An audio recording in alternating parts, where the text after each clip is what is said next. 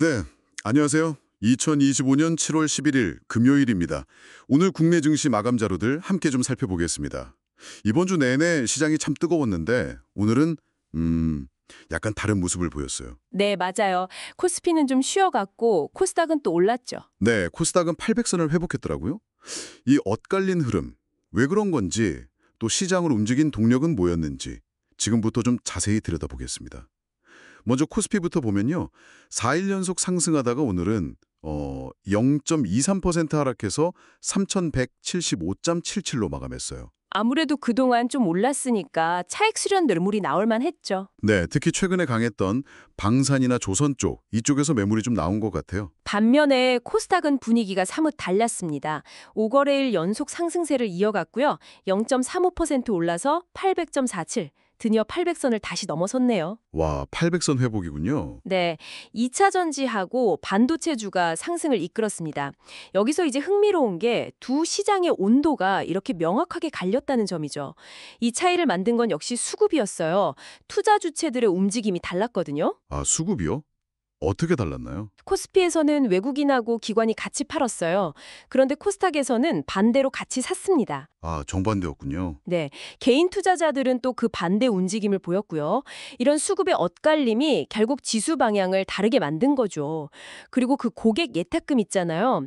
투자자들이 증권 계좌에 넣어둔 돈, 이게 하루 만에 1도 3천억 원이나 줄었어요.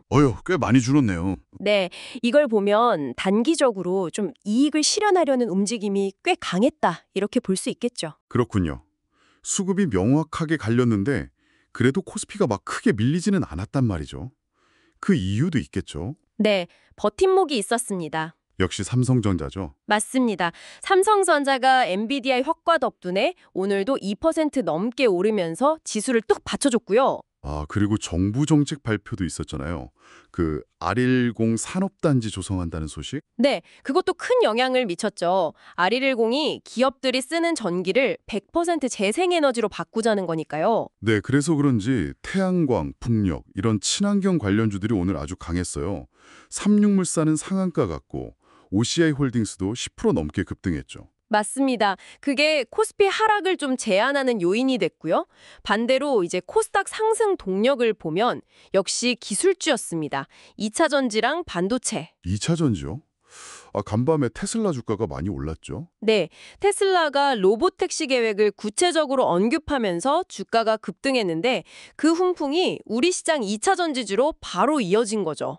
이녹스는 상한가 이룩했고요. LNF도 많이 올랐던데요. 네, LNF는 LFP 배터리, 그러니까 상대적으로 좀 저렴한 리튬 인산철 배터리 신규 법인을 세운다는 소식이 나오면서 11% 넘게 상승했습니다. 아, LFP군요. 네, 반도체 쪽도 분위기 좋았어요. 뭐 엔비디아 시총 4조 달러 돌파 소식이나 TSMC 실적 호조 같은 미국발 훈풍이 계속 불어오면서 강세를 보였죠.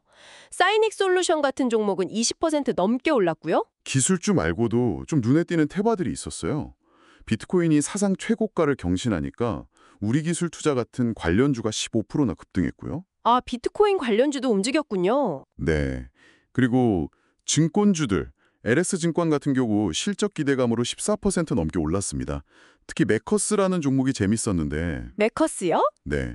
여기가 반도체 유통도 하고 태양광 인버터 관련 사업도 하고 또 비트코인 채굴기 관련 부품 유통도 한다고 알려지면서 오늘 시장 핫테마 3개에 다 걸쳐 있다는 점이 부각됐어요. 그래서 17% 넘게 급등했죠. 야, 정말 세 가지 테마를 다 가지고 있었네요. 반면에 좀 약했던 쪽도 있었죠. 네, 맞아요. 최근에 단기적으로 많이 올랐던 방위산업이나 원자력, 조선 같은 테마는 오늘은 좀 쉬어가는 모습이었어요. 차익 매물이 좀 나왔고요. 정유주도 약했던 것 같은데요? 네, 맞습니다. 국제유가가 하락한 영향도 있었고 실적 우려도 좀 겹치면서 약세를 보였습니다. 확실히 시장 참여자들이 좀 선택과 집중에 나서는 모습이에요. 오늘 급등한 종목들을 보면 정책 효과가 꽤 컸던 것 같아요. 아까 말씀드린 아리백 관련주도 그렇고 또 자사주 소각 의무화 법안 발의 기대감 때문에 인포바인처럼 자사주 비중 높은 기업 주가가 20% 넘게 뛰기도 했거든요. 네, 정책 모멘텀이 확실히 작용했고요. 개별 기업들의 이슈도 주가를 크게 움직였습니다. 현대바이오 같은 경우는 주당 1주를 주는 아주 파격적인 무상증자를 결정하면서 28% 넘게 폭등했고요. 와, 1대1 무상증자면 정말 파격적이네요. 그렇죠. 그리고 아까 잠깐 언급했던 LNF의 LFP 배터리 신규 법인 설립 결정, 이것도 주가 급등의 중요한 배경이 됐습니다. 자, 오늘 시장을 한번 정리해보면요. 코스피는 단기 상승 후에 숨을 고르는 모습, 코스닥은 상승세를 이어가면서 800선을 회복하는 이런 뚜렷한 대비가 나타났습니다. 네, 맞아요. 역시 시장의 중심에는 반도체 2차 전지 같은 기술주와 친환경 같은 정책 테마가 있었고요. 동시에 단기 급등했던 섹터에서는 차익 실현 욕구도 분명히 확인된 하루였습니다. 오늘 저희가 짚어본 이런 흐름들을 통해서 지금 시장을 움직이는 큰 축이 무엇인지, 그러니까 엔비디아나 테슬라 같은 글로벌 빅테크의 영향력, 또 아리백 같은 정부 정책의 방향성, 그리고 이런 것들에 반응하는 투자자들의 심리 변화가 어떻게 맞물려 돌아가는지 여러분도 좀 느끼셨을 겁니다. 네, 확실히 그런 큰 흐름을 읽는 게 중요해 보이네요. 네, 이런 선택적인 시장 흐름 속에서 핵심 동력을 잘 파악하는 것이 중요해 보입니다. 오늘 시장의 주인공은 기술주와 친환경 테마였습니다. 그런데 이렇게 주도 테마가 강하게 시장을 이끄는 와중에도 일부 섹터에서는 또 차익 실현 움직임이 나타났다는 점. 이건 앞으로의 시장 방향성에 대해서 어떤 질문을 던지고 있는 걸까요? 다음 주 시장을 전망하는데 중요한 단서가 될 수도 있겠습니다. 오늘 저희가 분석해드린 내용은 투자 결정의 참고 자료로만 활용해 주시기 바랍니다. 시장은 언제든 변동성이 클 수 있으니까요. 실제 투자에는 꼭 신중하게 판단하시고 필요하다면 전문가의 도움을 받으시는 것이 좋습니다.